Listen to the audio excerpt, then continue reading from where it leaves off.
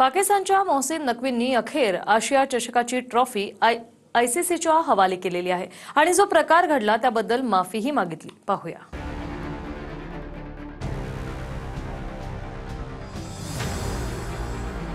पाकिस्तानच्या मोहसिन नक्वींनी अखेर आशिया चषक एसीसी कार्यालयात जमा केलं। भारतीय क्रिकेट संघाने आशिया चषक जिंकला, मात्र आशियाई क्रिकेट परिषदेचे प्रमुख मोहसिन नक्वींच्या हस्ते चषक स्वीकारण्यास नकार दिला होता।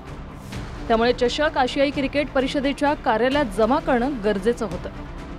मात्र मोहसिन नक्वी तो स्वतःच्या हॉटेलमध्ये घेऊन गेल्यानंतर टीकेची झोड उठली होती। आशियाई क्रिकेट परिषदेच्या वार्षिक बैठकीत या मुद्द्यांचे पडसाद उमटले। भारताने नक्वींचा विरोध केला, मात्र जर माझ्या हस्ते ट्रॉफी स्वीकारायची नव्हती तर भारतीय संघाने ते आधीच का कळवलं नाही, असा प्रश्न मोहसिन नक्वींनी केला। मात्र आशिया स्पर्धेचा चषक तुम्ही स्वतःच्या हॉटेलात का नेला, असा प्रश्न भारताच्या बीसीसीआयने विचारला। दरम्यान संबंधित चषक नक्वींनी भारताच्या हवाली करावा, अन्यथा रितसर कारवाई करू असा इशारा दिल्यानंतर नक्वी यांनी माफी मागितल्याचं वृत्त आहे। Bureau report, TV9 Marathi.